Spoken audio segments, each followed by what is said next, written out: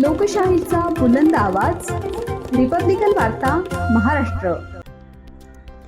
SBI life insurance एजंटवर फसवणुकीचा आरोप। पॉलिसीधारकाला मोबदला न मिळाल्यास आत्मदहनाचा इशारा। बातमी नाशिक येथून। SBI लाईफ इन्शुरन्स कंपनीच्या अधिकृत एजंटने चुकीची माहिती देत पॉलिसी विकल्याचा गंभीर आरोप पॉलिसीधारकाने केला आहे। निफाड तालुक्यातील चेहडी येथील रहिवासी श्री बाळकृष्ण कारभारी रुमणे यांनी SBI लाईफ इन्शुरन्सकडे लेखी तक्रार दाखल केली आहे। तक्रारदाराने सांगितले की एजंट हिरामण लखू भोगे व भावे यांनी केवळ 5 वर्ष प्रीमियम भरल्यानंतर 10 वर्षांनी मोठी रक्कम मिळेल असे आश्वासन दिले होते। त्या विश्वासावर तक्रारदाराने दरवर्षी 2 लाख रुपये याप्रमाणे एकूण 10 लाख रुपयांचा प्रीमियम भरला।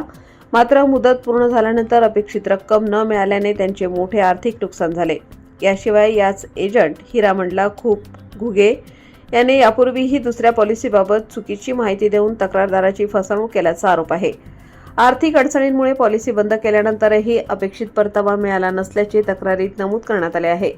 या प्रकरणी संबंधित एजंट हिरामण लखू भोगे याच्यावर कारवाई करून नुकसान भरपाई मिळावी अशी मागणी तक्रारदाराने SBI लाईफ इन्शुरन्सकडे केली आहे। नुकसान भरपाई न मिळाल्यास आत्मदहन करू असे यावेळी तक्रारदार बाळकृष्ण रुमणे यांनी सांगितले। कंपनी या प्रकरणी काय भूमिका घेते याकडे अनेक पॉलिसीधारकांचे लक्ष लागले आहे। बाळकृष्ण कारभारी रुमणे सध्या निफाड तालुक्यातील चेहडी खुर्द पोस्ट दारासांग इथं राहतोय।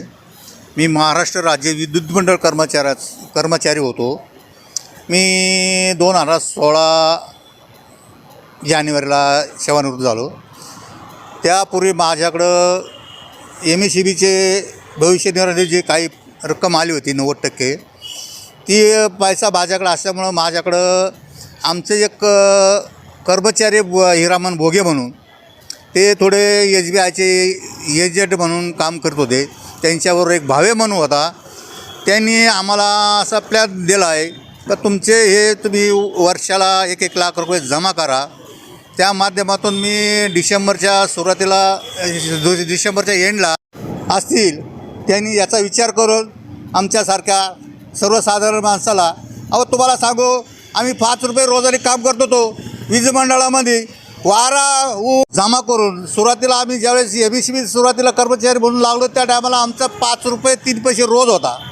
त्या माध्यमातून आम्ही पैसा थोडा जमा करून आमच्या कुटुंबाला थोडंफार उपाशी ठेवून मी हा पैसा जमा करून ह्या अशा बँकेला कुठंतरी भविष्यात आपल्या कुटुंबाला काम येईल म्हणून मी या बँकेला मी एक पॉलिसी म्हणून तिथं मला जमा करण्यास भाग पाडलं आणि सुंदर असं त्यांनी प्लॅन दाखवलं होतं। आम्हाला वाटलं होतं याची 10 वर्षांनी डबल होईलच, पण त्याच्यात आज मला फसवलं गेलं आहे। आता आम्ही काय करू हा आमचा प्रश्न पडला आहे।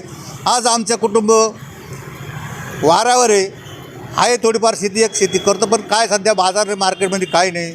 असंच आमचे पैसे चालले। शेतकऱ्याची एक मुलगा शेती करतो, त्या NDC बँकेकडून त्यांनी कर्ज काढलेलं आहे, ते सुद्धा आम्हाला फेडणं मुश्किल झालं आहे। मला असं वाटलं होतं ह्या पैशातून आपण पैसे जमा मिळाले का आपण ते बँकेचं कर्ज